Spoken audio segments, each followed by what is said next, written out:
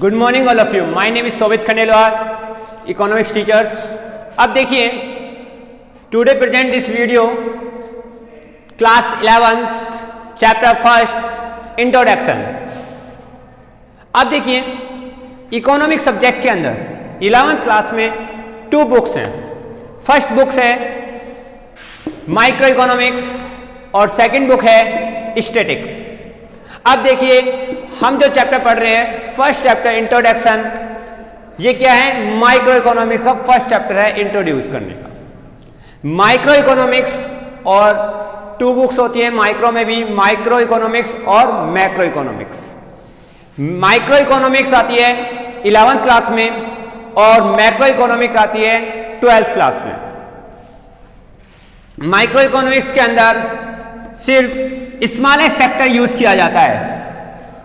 जितने भी हमारे स्मॉलेस्ट सेक्टर्स हैं इकोनॉमिक्स को चलाने के लिए, जितने भी हमारे स्मॉलेस्ट सेक्टर हैं वो सब किसके अंदर आएंगे? माइक्रो इकोनॉमिक्स के अंदर। और मैक्रो इकोनॉमिक्स के अंदर हमारे ब्रॉड सेक्टर्स आएंगे, लार्जेस्ट सेक्टर्स। क्लियर? अब देखिए, इस चैप्टर का इंट्रोडक्शन में फर्स्ट है इकोनॉमिक। अब देखिए, मैं बताना चाहूंगा कि 2 वर्ड होते हैं, इकोनॉमिक और इकोनॉमी। 2 वर्ड्स आते हैं, इकोनॉमी और इकोनॉमिक। इकोनॉमिक का मतलब हमारा सब्जेक्ट अर्थशास्त्र और इकोनॉमिक की मतलब अर्थव्यवस्था।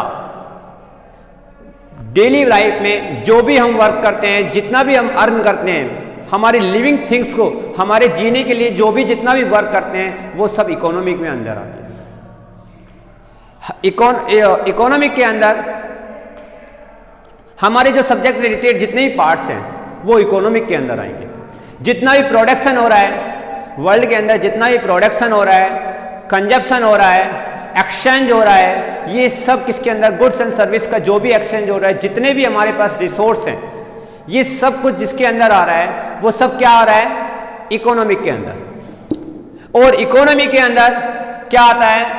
जितना भी लिविंग थिंग्स के लिए जितना भी हम कमाते हैं, हमारी जितनी भी जो हमारी नीडेड हैं उसकी पूर्ति के लिए हम जितना भी अर्न करते हैं डेली लाइफ के अंदर, वो सब क्या आता है? इकोनॉमी करने से। अब देखिए, what is economy? What is economy? It is a social science. It is a social science. It deal with the study of human behaviour in the society in the process of production, consumption, exchange and distribution of goods and services with given resource, give resource। अब देखिए, social science. Social science का मतलब मैंने आपको बताया था सामाजिक क्षेत्र। सोशल साइंस सामाजिक क्षेत्र, social science sector. It deal, समाज में रहकर, it deal with the study of the human behaviour. अब ह्यूमन बिहेवियर से मतलब ह्यूमन बिहेवियर जो भी अपना मानव का जो भी शरीर, जो हम काम अर्न करने के लिए करते हैं। देखो, आपको पता है कि सिर्फ एक ह्यूमन नेचर, ह्यूमन बॉडी ही वर्क कर सकती है। एनिमल्स ये वर्क नहीं कर सकते, ये अर्न नहीं कर सकते। ये सिर्फ काम तो कर सकते हैं लेकिन अर्न नहीं कर सकते। ह्यूमन बिहेवियर नेचर ही अर्न कर सकता है। इकोनॉमी के अंदर ह्यूमन बिहेवियर ही अर्न कर सकता है। इन दी सोसाइटी, सोसाइटी में रहकर, सोसाइटी समाज में रहकर प्रोसेस, प्रक्रिया करता है ऑफ द प्रोडक्शन की। प्रोडक्शन मतलब जो भी आप प्रोडक्शन करते हैं, उत्पाद बनाते हैं, प्रोडक्ट बनाते हैं, और प्रोडक्ट बनाने के लिए जो भी वर्क करते हैं वो प्रोडक्शन कहलाता है।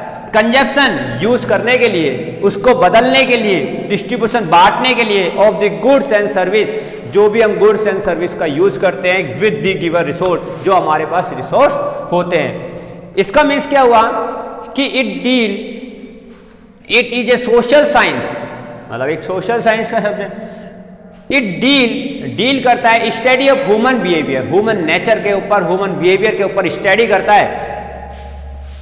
इन दी सोसाइटी में रहकर, सोसाइटी में रहकर दी प्रोसेस करता है, प्रोडक्शन ऑफ प्रोसेस, मतलब हम प्रोडक्शन किस तरीके से कर सकते हैं। कंजप्शन, जो अब देखो कंजप्शन का मतलब यहाँ पे यूज करना होता है। कंजप्शन का एक एग्जाम्पल बता रहा हूँ।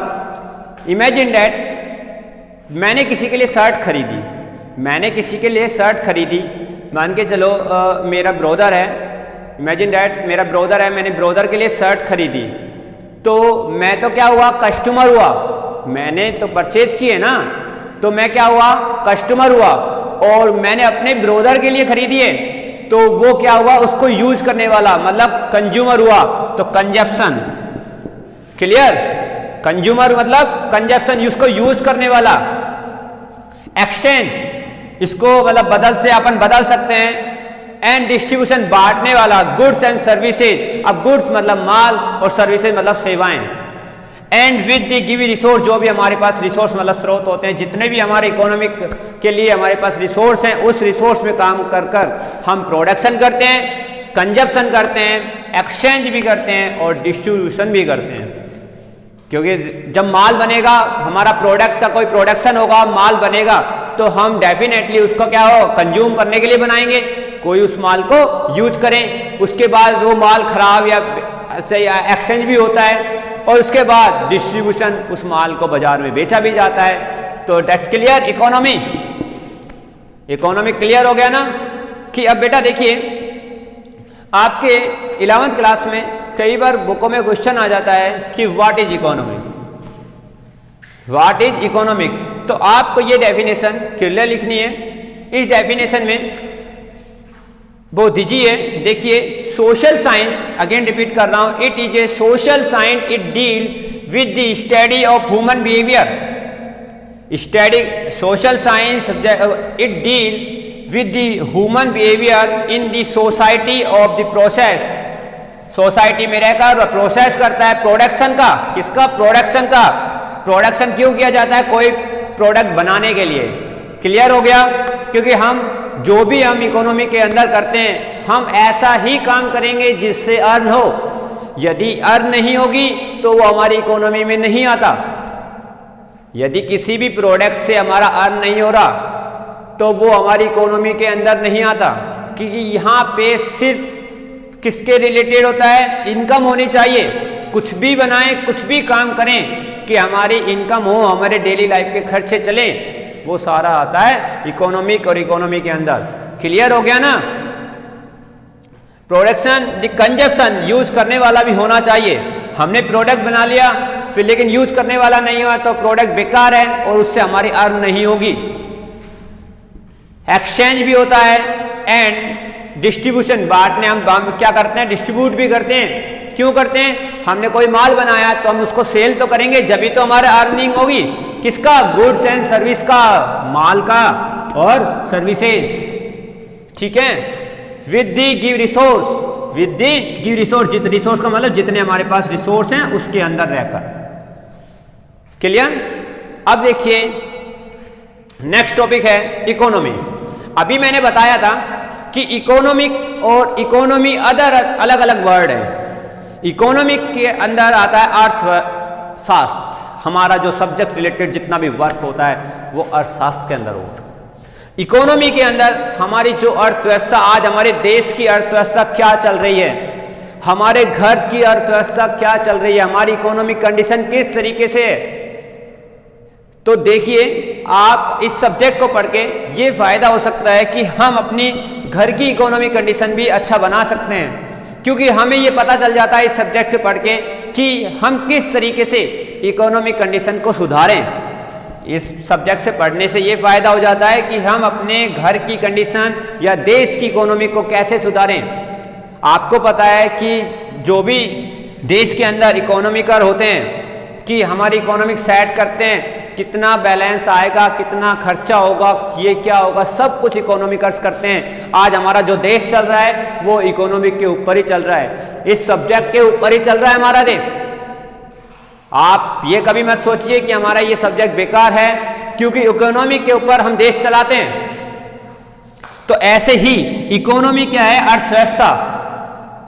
इकोनॉमी क्या है? अर्थव्यवस्था। आपके an economy is a system which provide, an economy is a system which provide people and means to work and earn living. मैंने बताया था कि हम जितना भी अर्न करते हैं किसके लिए? जीने के लिए। हम अपने जीने के लिए जितना भी वर्क एंड अर्न करते हैं वो क्या होता है? इकोनॉमी। वो क्या होता है? इकोनॉमी। एक एग्जाम्पल के तौर पे बताना चाहूंगा। इमेजिन डैट, जैसे हमारे घर में है, हमारे पापा हमारे करते हैं, हमारे पापा हमारे लिए अर्न करते हैं, वो डेली कमाते हैं और फिर हमें उससे हमारा घर का खर्चा चलता है। यदि हमारी इकोनॉमिक कंडीशंस सही है तो हमारी नीड पूर्ति हो जाएगी। यदि हमारी डेली नीडेड पूर्ति नहीं हो रही, हमारा खर्चा डेली नीडेड नहीं हो रहा, तो हमारी इकोनॉमिक कंडीशन लो होगी। और इससे ये फायदा होता है कि हम जान सकते हैं कि हमारे जो पापा हैं वो किस तरीके से वर्क करते हैं और कितना कमाते हैं और क्या खर्च करना चाहिए। क्योंकि पापा के पास तो हमारे पास ये भी तो होता है कि आज बच्चे की फीस जाएगी, घर का राशन आएगा, ठीक है, उसके बाद अदर खर्चे होते हैं या आपकी पढ़ाई के स्टडी के खर्चे होते हैं, अब कई होते हैं। तो उसमें कैसे सेटलमेंट करना? आपके पापा जो सेटलमेंट करते हैं ना, तो आपके पापा आपके घर के इकोनॉमिकल हुए, आपके पापा आपके घर के इकोनॉमिकल हुए, क्योंकि आपके पापा ने आपके जो घर की है वो इकोनॉमिक सेट कर दी कि ये डेली लाइफ का खर्चा है और मेरी मंथली इनकम इतनी है, इसका पैसा इतना यहाँ, इसका पैसा इतना इस जगह जाएगा, तो सेट हो गई ना। तो किसके लिए की? ओनली फॉर लिविंग थिंग्स के लिए की ना, ओनली फॉर लिविंग के लिए की ना, जीने के लिए की ना। क्योंकि हमारे जो भी हम अर्न करते हैं, जितना भी हम पैसा कमाते हैं वो सिर्फ जीने के लिए कमाते हैं। जितना भी हम पैसा कमाते हैं हमारी नीड पूर्ति करने के लिए कमाते हैं। यदि हमारी नीड पहले ही पूर्ति हो जाए तो हम कमाए नहीं।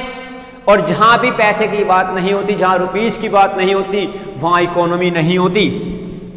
क्लियर हो गया ना? जहां भी इकोनॉमी की बात होगी वहां या पीपल होंगे और पीपल के साथ उनका वर्क होगा, वर्क से ही क्या आएगा? अर्न होगा और अर्न से ही उनको सैलरी पेमेंट की जाएगी। तो इकोनॉमी कंडीशन समझ गए ना? अब देखिए, एन अगेन रिपीट कर रहा हूं, an economy is a system which the provide people the means to work and earn a living. हम जितना भी वर्क करते हैं किसके लिए? जीने के लिए। अर्न पैसा कमाते हैं, वर्क एंड पैसा कमाते हैं, वो क्या होता है? इकोनॉमी। क्लियर हो गया ना बेटा? तो देखिए, इसका स्क्रीनशॉट ले लीजिए। आगे देखिए बेटा, स्केर्सिटी। अब स्केर्सिटी के अंदर क्या है? स्केर्सिटी का मीन्स होता है कमी। क्या होता है? कमी। स्केर्सिटी क्या दिखाता है? क्योंकि हमारी इकोनॉमी के अंदर डिमांड और सप्लाई के बारे में बात चलेगी। जो हमारी क्लास 11th के अंदर, जो भी हमारी इकोनॉमिक्स सब्जेक्ट के अंदर, ज़्यादातर चैप्टर के अंदर डिमांड एंड सप्लाई रहेगी। क्योंकि आपको पता है कि डिमांड कब होती है? इमेजिन डैट, डिमांड हम कब करते हैं? जब हमें उस चीज़ की आवश्यकता होती है। और सप्लाई कब होती है? जब मार्केट में उसकी पूर्ति ज़्यादा कम होती है। जब मार्केट में यदि डिमांड ज़्यादा हो गई तो सप्लाई भी ज़्यादा बढ़ेगी। क्यों? क्योंकि आवश्यकता ज़्यादा है तो माल प्रोडक्शन भी ज़्यादा होगा, तो सप्लाई भी ज़्यादा होगी। डिमांड का मतलब होता है मांग और सप्लाई का मतलब होता है पूर्ति। क्लियर हो गया? अब देखिए, हमें आगे नेक्स्ट चैप्टर में पढ़ेंगे डिमांड एंड सप्लाई क्या होता है। अब देखिए, scarcity refer to limitation of supply in relation to demand for a commodity। क्या दिखाता है? Scarcity limitation supply and demand के बीच में रिलेशन दिखाता है और कमी दिखाता है। क्या दिखाता है? रिलेशन, लिमिटेशन, कमी दिखाता है कमोडिटी वस्तुओं। कमोडिटी का मतलब क्या होता है? यहाँ वस्तु। स्केर्सिटी क्या दिखाता है? Scarcity refer to the limitation of the in supply and relation to demand. Supply और डिमांड के बीच में रिलेशन के साथ साथ कमी भी दिखाता है। क्लियर हो गया ना? Scarcity for the commodity. Clear हो गया? क्या दिखाता है? ये कमी दिखाता है डिमांड एंड सप्लाई के। ठीक है? अब देखिए, central problem of economy. Central problem of economy. अब देखिए, कुछ सेंट्रल प्रॉब्लम है। ये प्रॉब्लम जरूरी नहीं है कि इंडियन इकोनॉमी के अंदर हो। आज जो हम पढ़ रहे हैं वो इंडियन इकोनॉमी पढ़ रहे हैं, ठीक है। यूएस की, यूके की और एनी अदर कंट्री की, हर कंट्री के अंदर सेंट्रल प्रॉब्लम आती है। यदि सेंट्रल प्रॉब्लम नहीं आएगी तो इकोनॉमी का कोई मैटर नहीं करता। सेंट्रल प्रॉब्लम आना भी बहुत जरूरी है। क्लियर हो गया?